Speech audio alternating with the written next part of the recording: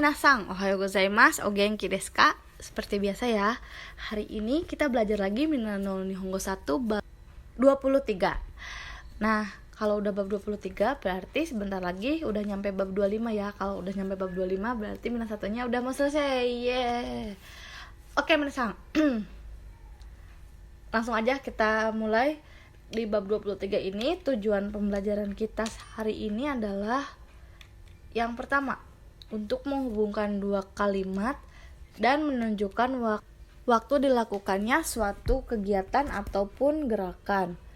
Lalu yang kedua ada fungsinya untuk menunjukkan tindakan yang dilakukan dan akan otomatis mengakibatkan terjadinya hal atau kegiatan lain. Yang ketiga, kita akan memperlihatkan partikel O, di mana yang tadinya partikel O itu hanya untuk menunjukkan objek, di sini untuk menunjukkan kata tempat. Tapi tempatnya yang ada kegiatannya ya, atau yang ada perpindahan.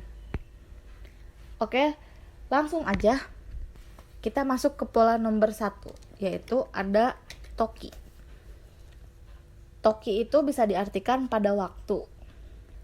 Toki bisa digunakan bersamaan dengan kata kerja bentuk nai, kata kerja bentuk kamus atau jisokei, kata kerja bentuk lampau atau takei, kata sifat i-nya dibawa, kata sifat na-nya juga dibawa, kata benda ditambah no.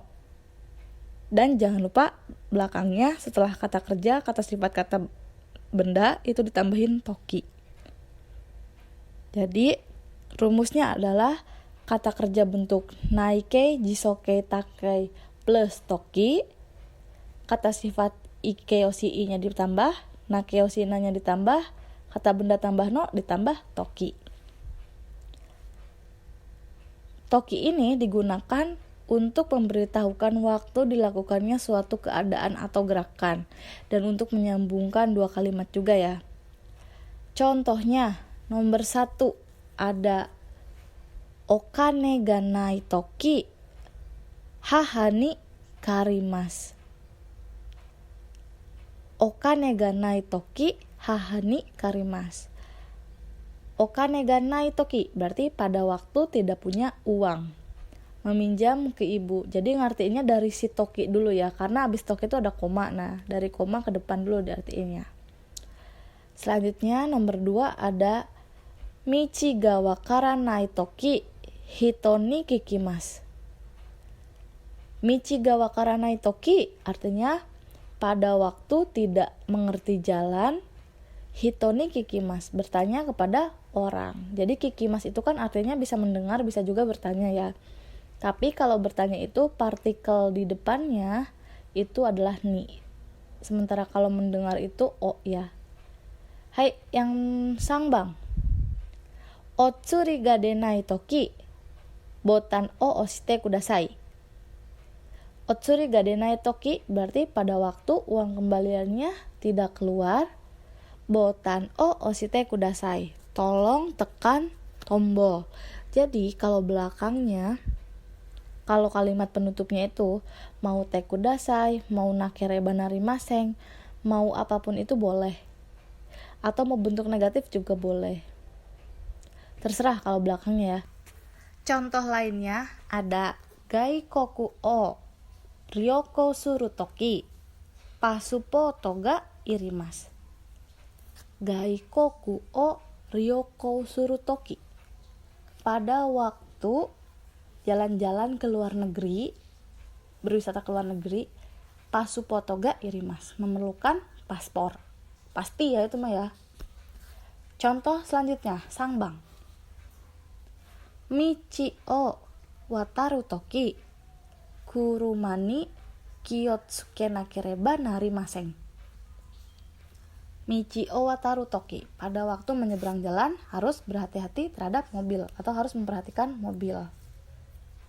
Sugi no reibun wa nemui toki kohi o nomimasu. Minasan wa nemui toki nani o shimasu ka?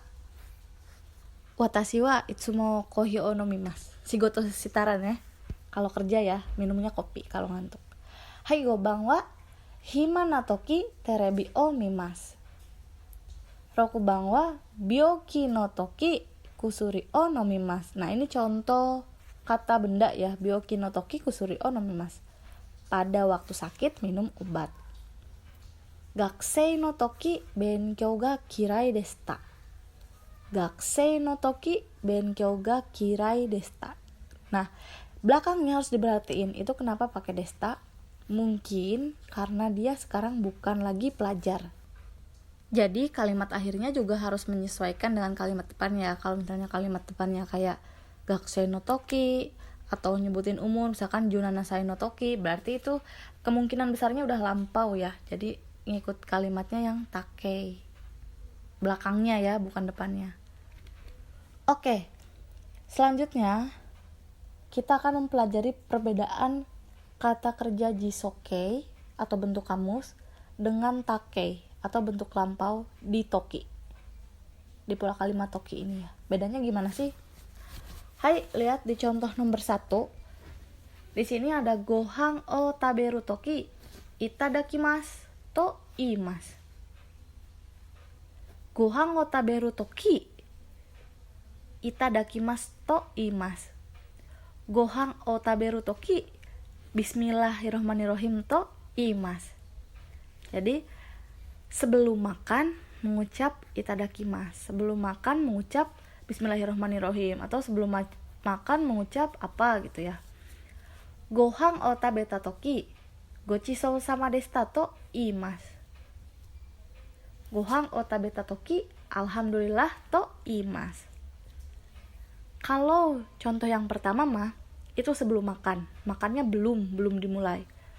Kalau yang kedua bawahnya itu makannya udah selesai semua. Jadi taberu itu ketika sesuatunya belum mulai, kalau tabeta itu udah mulai gitu ya. Contoh lain nomor 2. Nihon e iku toki sashin o torimashita. Bawahnya Nihon e itta toki sashin o torimashita. Ketika kita ngomong Nihon e iku toki sashin o torimashita, bukan berarti fotonya belum diambil. Fotonya udah diambil. Kita tahu dari mana? Dari kalimat penutup yang paling belakang. Di situ ada torimashita, berarti udah dong diambilnya. Tapi Nihon e iku toki bukan di Jepang, tapi masih di bandara mungkin, atau masih di Indonesianya mungkin, pas waktu akan berangkat ke Jepang atau sebelum berangkat ke Jepang, itu foto diambil. Tapi contoh yang nomor 2, Nihon e itta toki, berarti dia udah ada di Jepang, dan otomatis ngambil fotonya juga di Jepang karena udah pergi ke Jepang ya. Pada waktu sudah pergi ke Jepang, saya ngambil foto, misalkan di Gunung Fuji kek, di mana kek, begitu ya. Jadi kalaupun rumus si tokinya pakai yang kata kerja bentuk jisokei, bukan berarti akhirannya pun harus ikut-ikutan jisokei ya. Begitupun yang sebaliknya. Oke minasang, di toki udah dulu penjelasannya. Kita lanjut ke bunpo selanjutnya, yaitu to. To ini bisa diartikan kalau. Jadi rumusnya kata kerja jisokei atau bentuk kamus ditambah to. Jadi di pola kalimat to ini hanya bisa pakai bentuk jisokei atau bentuk kamus. Nah, jisokei ini ketika kegiatan yang kita lakukan akan mengakibatkan hal atau kejadian lain secara otomatis ya. Jadi kita ngelakuin ini pasti bakal kejadian ini gitu, otomatis. Contohnya, kono sumami o migi e mawasu to oto ga okiku narimasu. Kono sumami o migi e mawasu to oto ga okiku narimasu.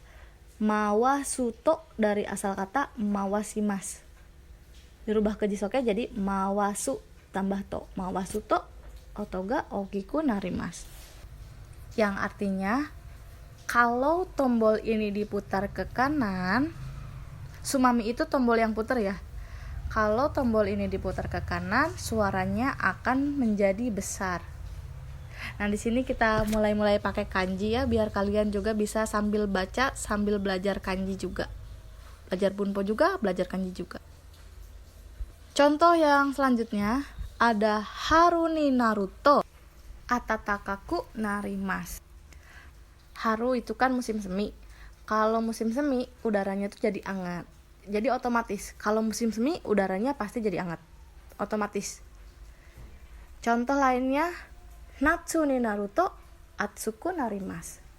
Kalau musim panas menjadi panas. Udah pasti ya, kalau musim panas jadi panas meskipun hujan gitu. Yang keempat, Fuyu ni Naruto samuku narimasu. Kalau musim dingin pasti jadi dingin meskipun di daerahnya nggak turun salju. Nah, si pola kalimat to ini juga bisa untuk menunjukkan arah. Contohnya, kono michi o masugu ikuto eki ga arimasu. Kono michi o masugu ikuto, yang artinya kalau pergi lurus mengikuti jalan ini, masugu itu lurus ya, lurus. Ada stasiun. Jadi kalau pergi lurus mengikuti jalan ini nanti ada stasiun. Sambil perhatiin gambarnya juga ya. Udah pastikan ya. Yang kedua, Futatsume no kado o migi e magaru to ginkou ga arimasu. Futatsume no kado o migi e magaru to ginkou ga arimasu. Jadi kalau kalian belok kanan di sudut yang kedua, nanti di situ ada ginko, ada bank. Itu juga kan karena pasti ya, jadi bisa pakai to. Oke, yang terakhir, ini bukan pola kalimat, tapi ini menunjukkan partikel o ya. Partikel o yang telah kita pelajari itu adalah untuk menunjukkan objek yang dikenai oleh kata kerja. Nah, di bab sekarang, ini adalah partikel o yang menunjukkan kata tempat. Kata tempat di mana orang atau benda bergerak atau berpindah. Kata kerja yang dipakai dalam partikel ini adalah watarimasu, samposimasu, arukimasu, hashirimasu, ryokoshimasu, dan lain-lain. Contohnya di sini ada koen o samposimasu. Artinya berjalan-jalan di taman. Berjalan-jalan di taman.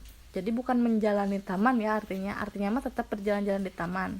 Cuman partikelnya bukan D tapi O. Karena ketika kita berjalan-jalan di taman, kita melakukan suatu perpindahan gitu. Yang kedua, michi o watarimasu. Menyeberang jalan, pindah kan dari sebelah sini ke sebelah sini. Michi o watarimasu.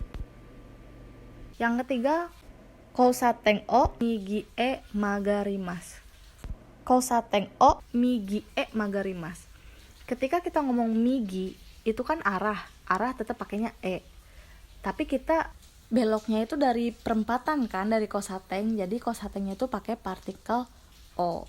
Miginya partikel e karena menunjukkan arah aja. Oke minasang, cukup sekian pembelajaran kita hari ini. Semoga bermanfaat dan semoga bisa diterima oleh minasang semua. Mohon maaf apabila ada kesalahan ataupun kurang jelas dalam penjelasannya ya. Semoga nanti bisa lebih diperbaiki lagi. Terima kasih, sampai bertemu di pelajaran selanjutnya ya minasang. Tetap semangat terus belajarnya. Bye bye.